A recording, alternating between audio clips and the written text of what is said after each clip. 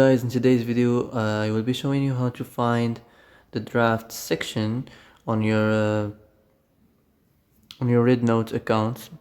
So the answer is easy. Just go to the Rednote, and here you will find these three lines here. Click on it, and as you see here, you will find Discover France, Creator Center, and here you will find drafts. Click on it, and as you see here, you can post your drafts here, and be careful, your drafts will be removed after deleting app.